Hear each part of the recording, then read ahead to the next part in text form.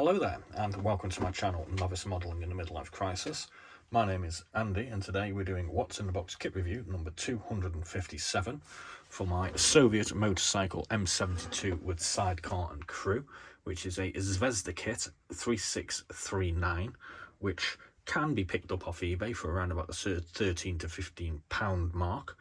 As you can see, there's 4 other motorcycles with sidecars in front of you, and as you may or may not be aware, this is part of my You Choose My Next Build selection, where I offer 4 different thematically related kits, and I open the floor to you guys to basically pick which one is best. Democracy works. How you actually do this is you just stick a comment in the comment section. The options being M72, Gnome Roan AX2, KS600 or Imperial Japanese Army Type 97.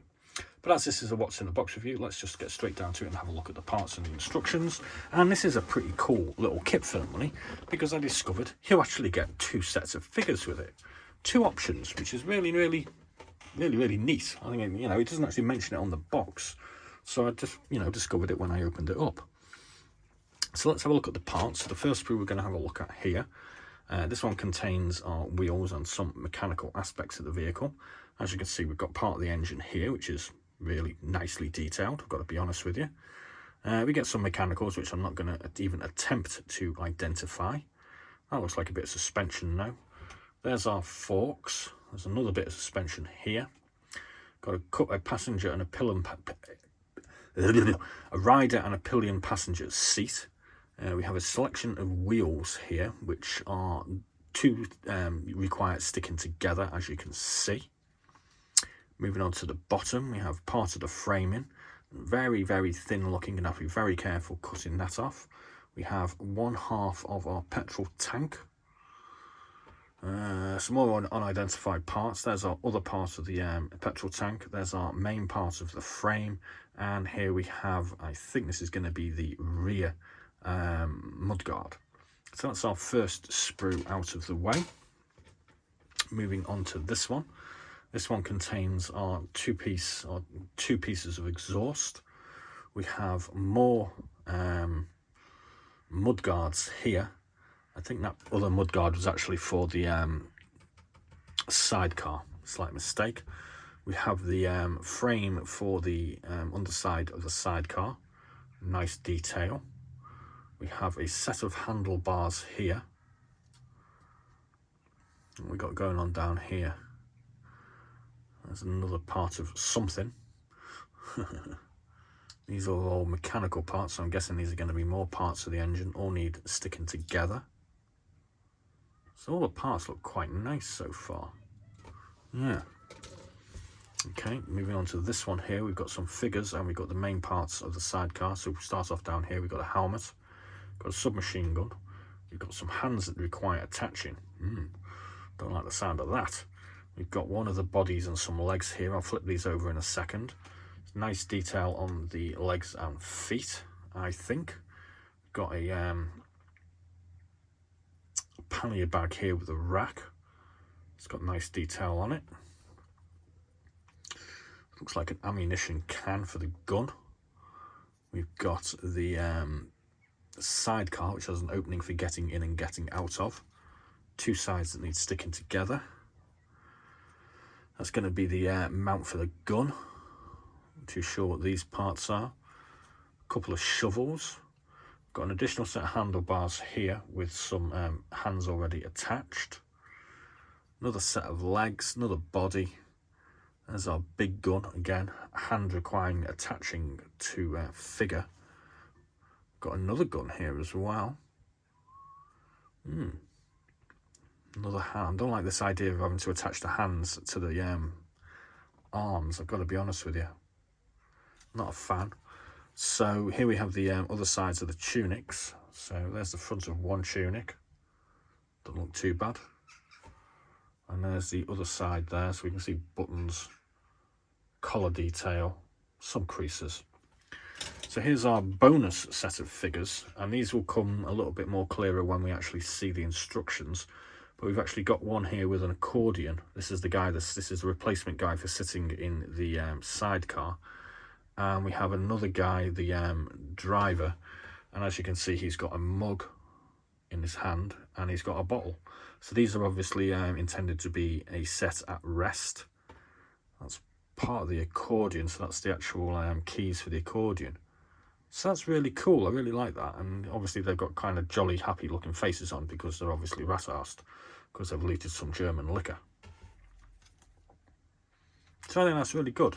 You know, motorbike and sidecar, two different options: fighting pose or relaxed sort of at rest pose. So that's really, really good. I can't remember the last time, I can't remember seeing that before in a kit. You get some basic decals here, nothing really too exciting to talk about with there. So let's move on to the instructions. It's going to read this little bit of blurb out. The heavy Soviet motorcycle M-72 was created before the war exclusively for military purpose, and it was based on the design of the German BMW R71. The first motorcycles were supplied to the Soviet Army by the Moscow factory MMZ in August 1941. The sidecar carried a 7.62mm machine gun. A luggage rack was used for stowing four round machine gun magazines. Inside the sidecar was room for 7 anti-tank grenades and a tarpaulin bag for personal belongings. The M72 was used for reconnaissance and for defence, for communication and as a field ambulance. So we get a sprue diagram here, and here we can see our two options. So we've got the first option, which is fighting pose with helmets on, looking very much the Soviet soldiers. And we've got a couple of sort of half-cut guys here, drinking and playing the accordion, very much the other image of Soviet soldiers. So moving on to the instructions, section 1 is all about assembly of the engine, to section 3. And we're going to start looking at the actual framing here, which is kind of a subsection prior to sticking it all together with section 4. I think that's how that's intended to work. You get all the parts, you get them ready, and then you start sticking them together. Section 5, sticking the engine into the frame. Section 6 is here. That's kind of weird. So you've got section 6 here, put the petrol tank on, put the rear mudguard on, and then you move to the left for section 7, put the exhausts on and a few more mechanical parts. Then it looks like we're going to go to this other subsection, which is assembly of wheels. We're going to start looking at the frame for the sidecar, mudguards, and attaching various parts together. And then we move on to the next numbered section. I don't like that. Next numbered section, which is number 8, which is putting the wheels on the motorbike. Putting the pre-built part of the sidecar together in number 9. Section 10, putting the seats on the bike. And then 11 and 12, assembly of the sidecar. And then we go on to looking at the stowage options that come with this, which are a couple of canisters, a couple of options on machine gun by the look of it. Attaching your accordion together, and then building up the sidecar, and then we're going to assemble the figures in the two different options that we have. I mean, I really like that. It's a really cool idea. 2 models for the price of 1, and 2 extra sets of figures to do with, I'm not quite sure. I don't know. It's kind of bizarre, but kind of interesting. So as we previously discovered, we're doing a what's in the box kit review, and we're also doing a you choose my next build, which is number 9. So your options are the M72 by Zvezda, the Gnome Roan AX2 by Redux Models, which is actually a kind of rare hell kit with a whole load of photo etch and other add-ons as well, so that's a pretty interesting one. The almost new KS600 motorcycle and sidecar from Tamiya, and the rather interesting Imperial Japanese Type 97 motorcycle Rikuo with sidecar. So I think I've picked out four kind of interesting versions here, almost kind of unexpectedly, just because I wanted to try and do some different nation builds.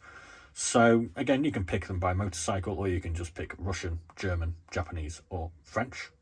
The voting process for this, we did an introductory video on Monday the 19th of May.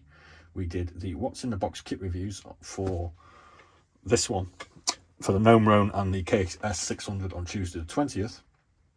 Today is Wednesday the 21st of May, and we've already done the What's in the Box kit review for the Type 97, and this completes the reviews.